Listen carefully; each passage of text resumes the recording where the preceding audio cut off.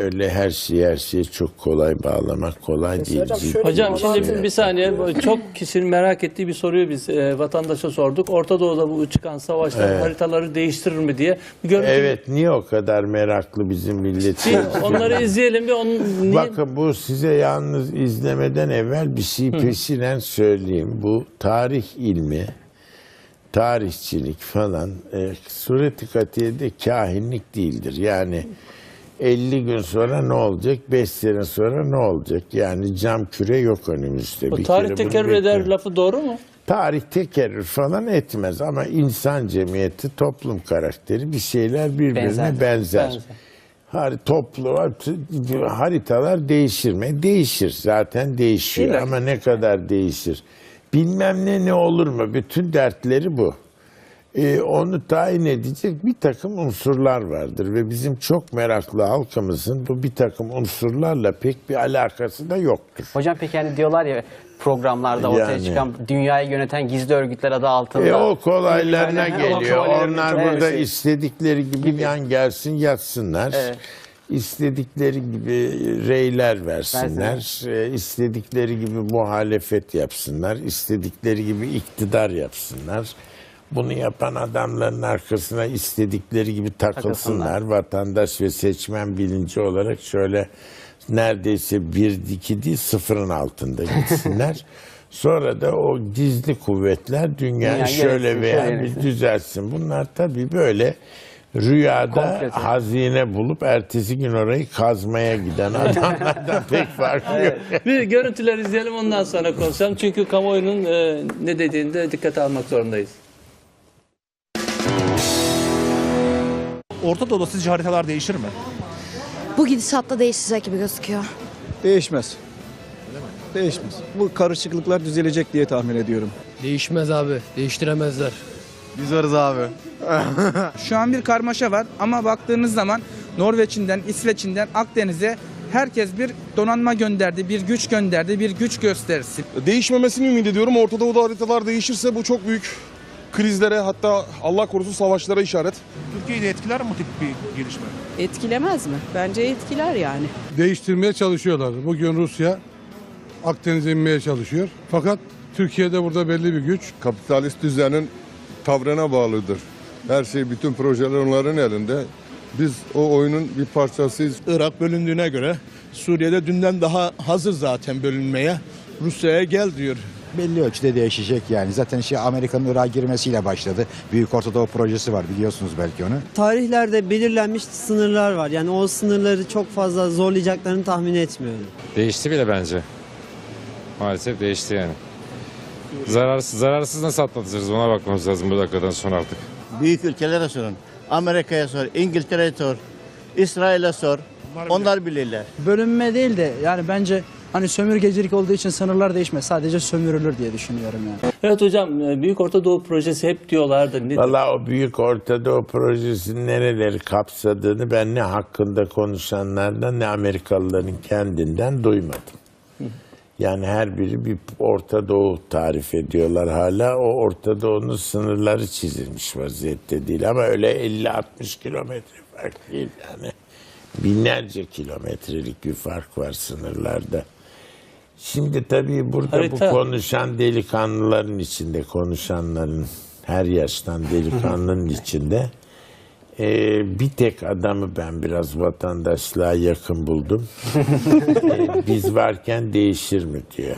Bu bir temennidir ve bu bir vatandaş temennisidir. Yani her şey olabilir ama biz varken değişir mi diyor. O demek ki biz bunu önleriz demek. Gerisi böyle fal bakıyor.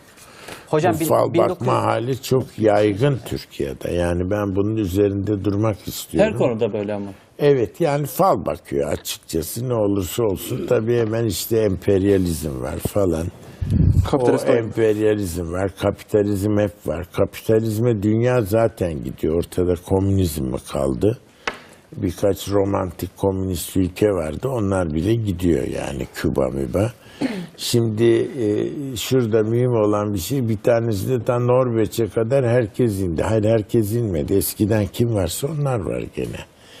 Yani siz Rusya'nın mesela Suriye'de veya Doğu Akdeniz'de bir bahriye üssünün olmayabileceğini düşünüyor musunuz? Yani bunu başından bilirsen mesele yok. Ona göre denklemi çözersin. Veyahut işte İngiltere'nin üslerini hesaptan çıkararak konuşursan Kıbrıs'ta. İngiltere, Fransa, İtalya hep oradaydı zaten. Kıbrıs içinde Fasarya okursun. Yani Kıbrıs'taki İngiliz üslerini hesaba katmazsan kendi politikan hakkında da Fasarya okursun. Hatta çok hocam, açık bir İran'ın şey. bölgeye dahil olması, Lübnan, Efendim İran doğrudan doğruya Suriye, Lübnan, Hizbullah falan değil, bu bölgededir. Kendine göre çıktıları vardır. Haritada görüyorsunuz zaten. Okyanus ulaşımı elbette olabilir ama hiç uygun değildir. Avrupa ile bağları çok zayıftır. Bu yüzden kendine göre hayalleri olan bir memlekettir. İran hocam sanayici bir ülke değildir. Yani bu ambargonun kalkması ambargonun kalkması İran'a yeni bir rol verildi anlamında. Zaten mevcut potansiyelini patlatacak. Demin onu konuşuyorduk. Yani ilk önce uçak ısmarlıyor çünkü bunaldı. Memleketin içinde uçaksız seyahat etmek mümkün değil. Çok büyük bir ülke, mesafeler çok uzak ve 7 milyon kadar da İranlı var. Bunlar ilk önce böyle demir perde gibi kaçmışlar, duvar vardı. Sonunda akıllıca davrandılar, hayır buyurun falan demeye başladılar. 7 milyon insanın günlük trafiğe girdiği bir ülkede uçak en önemli şey. Amerika'da bu. Hocam fazla kronolojik olarak ileri gitmeden önce şeye de değinmek lazım. Yani kronolojik olarak günümüze yaklaşıyoruz. Neye gelmeden? Günümüze gelmeden önce. Günümüze. Safevilerden devri rekabet var, onun demek istiyoruz. Ben konu genel olarak benim mesela merak ettiğim bir de Orta Doğu'dan bahsediyoruz. Bir de İsrail bu konuda çok önemli. Lozan ve de İsrail ama orada 1948'den beri var. Balfour Deklarasyonlarına İsrail daha önceden yoktu. Yani bunun etkisi tam olarak ne oldu? Yani İsrail yaratıldı deniyor. Balfour Deklarasyonu var. Ondan sonra İngiltere elinden geleni yaptı. Orada Araplarla Yahudiler yıllarca yapılması için acemice de şeyler yaptı. Yani Britanya'nın Filistin yönetimi öyle çok da değildir. Ben bırakın onu sudan sütlü kaşık şeyini. Yani çok ustaca bir şey değildir. Britanya maalesef kendi kolonyalist idari ustalık imajını Orta Doğu ülkelerinde, en başta tabii Osmanlı İmparatorluğu'nun mütareke dönemi dahil olmak üzere çok fena heder etti. Mesela Türkiye'de çok beceriksizdi. Olur olmaz unsurları kullandı. Yardımcı kuvvet olarak Fransa'da yaptı. Bir kere oradan çuvalladı. Yani hayalimizdeki İngiltere burada olsaydı, bazılarının hala hayali öyledir yani. Oturup yazıyorlar, görüyoruz. İngiltere buraydı, kalsa ne olurdu falan. Kalamazdı bile. Yani bırak kalsa ne olurdu. Birazcık da şansı bence Araplar oldu çünkü. Hayır, Araplar şansı falan değil. Hayır. Abdülnasır üstlerine gittikçe İsrail daha da güçlendi. Neye? Öyle düşünüyorum. Mesela. Hayır canım. İsrail'in hiç bağız mekanizmasıyla işi yok. İsrail'in talihsizliğinde dış politika kadar, dış politikadan, dış kuvvetlerden, dış problemlerden çok iç problemler hakimdir. Yani bunu unutmayın. Bunu bizim millet pek görmez. İsrail şeysi de yoktur. Ama Yahudilerin kendileri de bunu söylerler. O zaman İsrail'in problemleri dıştan çok içtedir. Hocam yani 60'lardaki savaşları niye? Onlarda da mezhep savaşı benzer bir şey var. Bakın soruyor. Siz ne demek 960'ta ne yaptı? 67'yi mi diyorsun? Yok 60'lardaki o Arap-İsrail savaşları. 60'larda diye söylenmez yakın tarihte. 67. Çok önemli. 60 ile 67 İsrail'in çok bölgede var olması İsrail. Hayır, 60 ile 67 arasında 4 savaş yok. Çok özür dilerim. 60'lar genel olarak ben hayır, 67'de 7 gün savaşı vardır. İsrail girdi, tarumar etti etrafı. Araplar nerede savaştılarsa çok fena oldular. Ürdün fena değildi fakat birkaç günde kapıları kapattı. Yani şöyle, ben en son o eski Arap dünyasına 67 Mart'ında gitmiştim. Benim Mart'ta Ürdün toprağı olarak gezdiğim yerler, Ceraş harabeleri, o gene duruyor. Efendim Ölüdeniz, Ceriko, bunlar efendime söyleyeyim Kudüs'ün sur dışı bölgeler ve sur içi bölgeleri. Selahattin Caddesi ki surdan çıkıp böyle karşıya baktık. Hadaş Yeruşalayim orasıydı ama ara boş bir bölgeydi. Bundan 3 ay sonra gitti, böyle gözüme inanamadım yani, birkaç günde gitti. Mısır biliyorsunuz Sina'yı terk etmek zorunda kaldı ve Enver Sedat akıllıca bir politikayla Sina'yı geri aldı Camp David'le. Hiç değilse bir nebze işte petrol kaynağı falan. Ürdün hala bir şeye gidemedi. Golan Tepeleri elan. Arkadaşlar bir reklam arası vermek istiyoruz. Evet. Çünkü Özlem ısrarla reklam arası diyor. Çok kısa bir reklam arası vereceğiz ama. Veli nimet reklam, evet. Reklamlardan sonra da iki şeyi sormak istiyorum. Ben bu İngiltere, Türkiye Cumhuriyeti sınırlarını çizerken özellikle Orta Doğu'da özellikle güvenlik açısından zafiyet yaratsın diye çok dağlık bölgeleri seçti ve Türkiye şu anda en büyük sorunu orada yaşıyor. Sınırlar nasıl belirlendi? Onu bir sormak istiyorum. Bir de Amerika'da Körfez Savaşı'nı desteklemedik diye bize bedel ödetiyor deniliyor. İkisinin cevabını da biraz sonra reklamlardan sonra konuşacağız ve yine çok güncel sorular var. Onları da konuşmak istiyoruz. Bu Orta Doğu'daki gerginlikler Türkiye'yi nasıl etkileyecek? En çok konuşulan konuların başında oydu. Ona cevap arayacağız biraz sonra. Konuşmak devam ediyor. Yayından önce, reklamlardan önce iki önemli sorumuz vardı. Sınırların belirlenmesiyle ilgili. İkincisi Körfez Savaşı'na Türkiye, Amerika'ya onay vermedi diye başına bunlar mı geldi diyorduk. Tabii Birinci Dünya Savaşı'ndan sonra orada yaşanan parçalamalar ne oldu? İkinci Dünya Savaşı Türkiye katılmadı ama etkileri oldu. Üçüncü bir Dünya Savaşı çıkarsa Orta Doğu yüzünden mi ya da Orta Doğu'da mı çıkar diye çok şeyler konuşuyor. Ama İlber Hoca'nın da dediği gibi tarih öyle derin bir şey ki bilmeden konuşmamak gerekiyor. Hele hiç falcılık değil. Dün öyle oldu, bugün böyle olacak diye de bir şey yok. Hocam sınırlarımız bugün güvenlik açısından çok zor korunan bir çizgi. Yani bir kasıt var sanki. O sınırlar belirlenirken özellikle... Sınırlarımızı kasıtla yapmadık. Sınırlar... Niye Düzova'da değil de o sınırlar... Düzova'da çünkü tutunamadı ordu. Yani Birinci Cihan Harbi sonunda düz bölgelerde ordu tutunamadı. Dolayısıyla biz o zaman çok Türk olan Halep'i bile bırakmak zorunda kaldık. Hatta mütarekede elimizde olan mıntıkalar sonradan elimizde olamadı. Çünkü biz orayı tutacak durumda değildik. Musul bunun örneğidir. Onun için ister istemez tabii bir sınıra, yani tabii sınır demek dağlık bir sınır demek, yoksa etnik bakımdan tabii değil. Yani bugün Türkiye'nin güneyinde, tabii Türkiye'nin güneyinde bizimki cetvel değil, fakat Türkiye'nin güneyinde oldukça kalabalık bir Türkmen kitlesi var. Mesela Suriye'de bunlara Halep Türkmenleri diyoruz. O Bayır Bucağı ben itiraz ettim. Efendim diyor, Evliya Çelebi de var. Evet, Evliya Çelebi öyle dedi. O Bayır Bucak'ta gördü dedi. Bayır Bucak diye bir etnik yahut kabilevi tasnif yok Türkmenler arasında o bölgede. Yani Bayındır gibi, Afşar gibi, Kayı gibi falan değil. Yani hatta daha size söyleyeyim, mesela böyle işte Teke falan yahut ne bileyim gibi isimler söz konusu değil. İşte efendim Karakeçili falan gibi şeyler.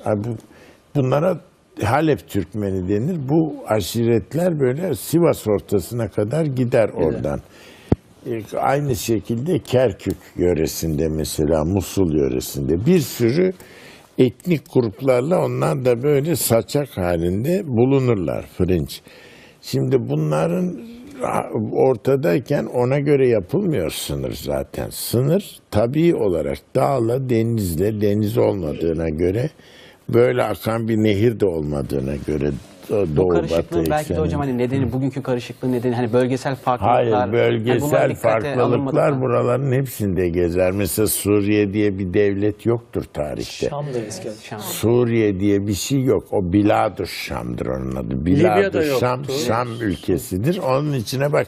Orada Mor İsrail, Filistin var ya, oraya girer, Ürdün girer. O böyle gider doğusu olmadan onun. Antiyok'a kadar gelir.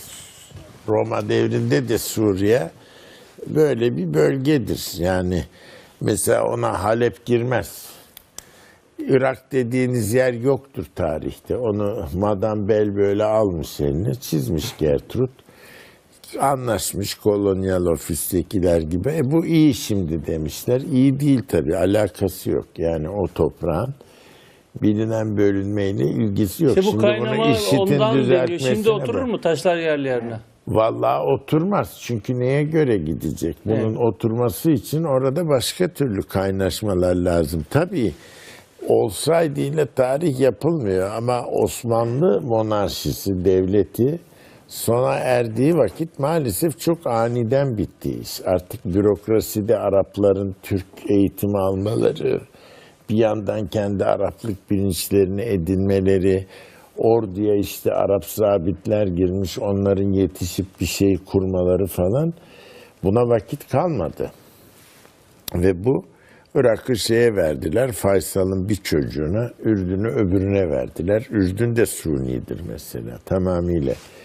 Bu da şimdi siz kalkıyorsunuz yeniden düzenleme. Yeniden düzenleme bizim Türk monarşisi hiç değilse 2. harp sonuna kadar buralarda kalsaydı belki daha tabii bir sınırlar olurdu. Şimdi öyle bir şey yok.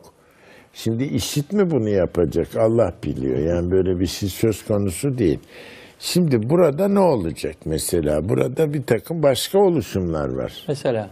İşte Kürtler var şimdi Kuzey Bugün Irak'ta. İsrail Adalet Bakanı'nın açıklaması var. Ne Kürdistan diyor? kurulması gerekiyor Evet. diyor. Nedir? Kürdistan kurulması gerekiyor. Yok, o laf o her zaman söylenen bir şey, onu biliyorum. O her zaman İsrail söylenen. belki de bu çarpıklıktan mı besleniyor? Hayır canım, şimdi adam söylemiş, ne oğlum, sanki o söylemese yok ortada. Nerede Çoktan kurulur hocam? belli. Kurulursa Şimdi zaten orada hazır. O Suriye'yi de ister vermek ona. Yarın bir gün başını ağrıtırsa İran'dan da ister. Ama bu unsurlar ne kadar bir araya gelir? Türkiye'nin kırmızı çizgisi var. Yani O Fırat'ın onu da batısına. kastediyordur zaten. Evet. Ne kadar bunların hepsi birbirinden çok farklı unsurlar. Bir yandan da bunu göz önüne alacaksınız. Bu kargaşada biz de Musul'u, Kerkük'ü alalım diyenler var. Öyle bir şey var. Onlara bıraksanız her şey. Niye? Why not Bulgaria demiş yani. Şimdi güldürmesinler insan. O zaman böyle Rumeli'nde de gidelim. Bunlar o Hocam daha kadar elimizdeki kolay işler baklavanın değil. haklarını koruyamıyoruz. Şimdi Kerkük'e Yani vallahi bilmem, Türkler kahvede her şeyi konuşur bizim. Abbas Bey millet. dediği gibi hocam, hani Kürdistan eğer kurulduğu zaman böyle bir devlet hani federal bir yapıda Türkiye misak-ı milli sınırlarına erişebilir tarzında bir düşünce de öne sürülüyor yani. Şimdi eleştirdiğiniz üzere. Kim? Yani Kürdistan eğer bir federal bir yapıda kurulursa. Vallahi Misak-ı Milli'de Kürdistan'ın yeri yok. Yok, yani Kürdistan Sevir'de var. Ankara merkezli bir Kürdistan federal yapısı kurulursa, kurulduğu takdirde. Ben bunun hani laf konusu edilmesini 1980'den sonra duydum. Çok açık bir Doğru. şekilde ortaya konmadı ama kondu. Bir takım arkadaşlar matbuatta bunu yazdılar da. Tabii kendiliklerinden yazmadılar, birileriyle konuşarak. O kadar yani çok böyle şey ortaya atacak değiller. Bir federasyondan söz ettiler. O federasyon Güney'i de içerecekti. Tabii bunlar her biri modellerdir, hayallerdir ama anlamda birdenbire kamuoyuna bunun önüne atılması çok da bir şey ifade etmez. Evet. Hocam 1980